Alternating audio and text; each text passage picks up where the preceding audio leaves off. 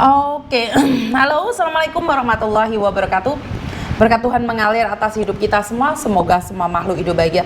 Teman-teman, saya selalu ingin mengingatkan tentang sindikat, penipuan, pencurian hati, pencucian otak kita pada semuanya.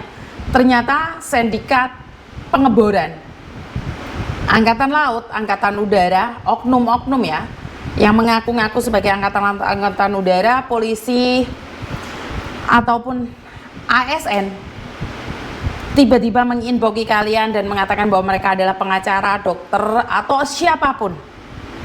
Jangan mudah percaya. Jangan mudah percaya dengan apa yang mereka sampaikan. Jangan pernah mudah percaya dengan apa yang mereka katakan. Dan satu lagi, jangan pernah bermimpi untuk menjadi istri mereka. Karena saya seringkali teleponan sama sindikat, termasuk yang ada di YouTube saya. Mereka berpura-pura jatuh cinta pada kalian dan mereka mengatakan akan menikahi kalian. Habis itu mereka akan cuti untuk menemui kalian dan harta kalian dikuras habis. Ini kejadian di beberapa wilayah di Indonesia, bukan di luar negeri. Jadi ini terjadi di beberapa wilayah di Indonesia, bukan hanya di luar negeri. Jadi video ini saya harapkan bisa disebarluaskan. Dan kemarin yang teleponan sama saya, AA kemarin itu sudah dipindahkan ke lapas ke Nusa Kambangan beserta 10 orang lainnya. Tapi apakah ini akan memiliki efek jera pada mereka, saya kurang tahu.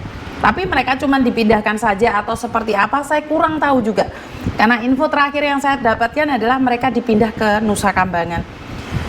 Dan ini adalah kecacatan menurut saya, adalah kenapa di penjara bisa pegang HP dan bukan hanya 1-2.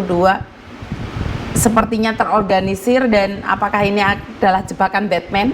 Sekali lagi, ini orang-orang dipelihara di penjara, bukannya di penjara menjadi insaf dan sadar karena mereka pernah membunuh, bukannya mereka insaf dan sadar karena mereka pernah melakukan kesalahan.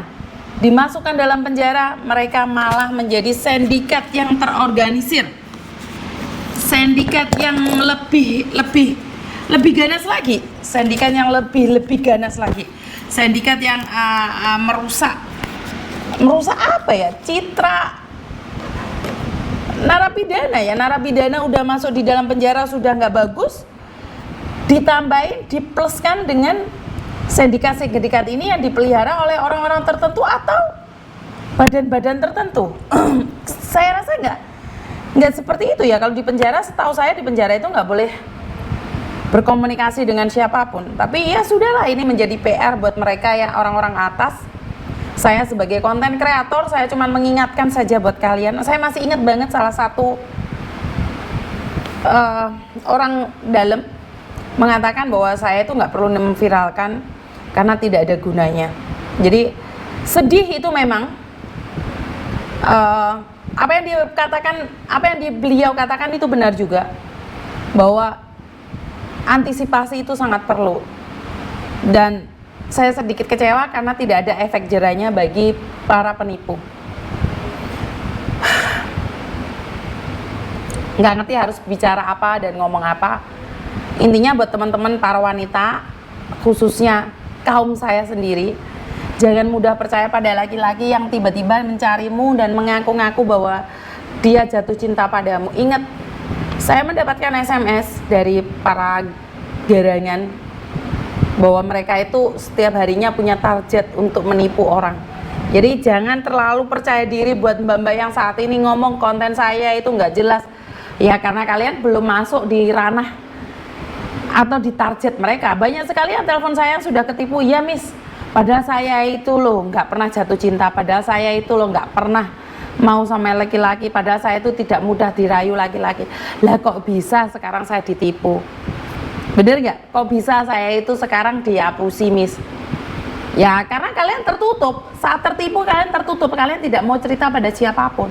Karena itu saat terjadi sesuatu ya gak ada yang tahu. Ya memang tujuan mereka agar tidak ada orang yang tahu, biar itu semua ditutupin. Dan bahkan teman-teman para pekerja migran sendiri pun membenci saya. kayak ngono ditanggepin sing lebih penting nggak direken. Lah ya kan saya bilang, konten saya ini berdasarkan telepon. Konten saya ini bukan berdasarkan viral.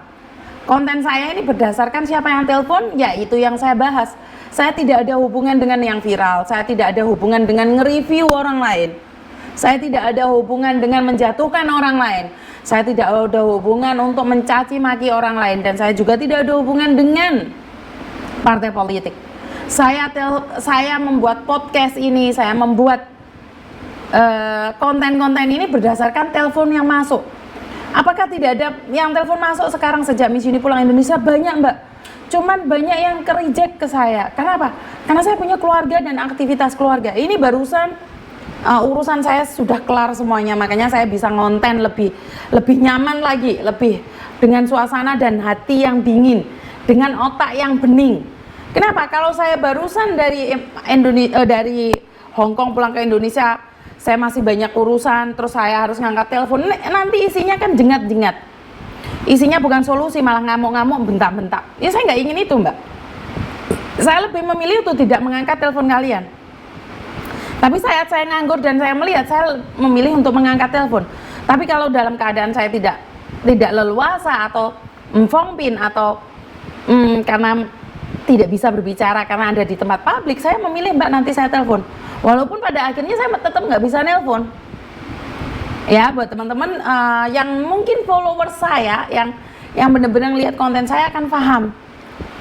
Jadi saya tuh lebih baik nggak ngangkat telepon daripada saya ngangkat telepon jengat-jengat. Daripada saya tuh mengangkat telepon kalian dalam posisi marah-marah. Saya nggak mau, Mbak. Saya lebih dosa lagi saat saya ngangkat telepon dan saya maki-maki kalian. Karena urusan saya pribadi, masalah saya pribadi belum selesai. Ya, jadi bisa disadari nyampe di sini ya, Mbak ya. Jadi kalau kalian telepon saya nggak diangkat, SMS kalian saya tidak dibales, ya saya minta maaf. Bagaimanapun saya manusia biasa saja. Saya tidak bisa punya waktu dan kekuatan yang lebih. Saya semampunya. Yang ditolong yang menguntungkan enggak. Saya nggak ada untungnya pun saya akan menolong. Semampunya, sebisanya. Jadi kalau ada orang yang lebih punya waktu, ada orang yang lebih punya solusi, kalian boleh cari mereka kok. Saya tidak ada tulisan wajib cari saya. Pasti ada solusi, enggak. Kalian boleh cari orang-orang di luar sana.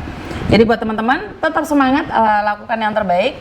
Saya yakin dan percaya kita pasti bisa, dan lebih berhati-hati lagi dalam bersosial media dan lebih berhati-hati lagi dalam berteman.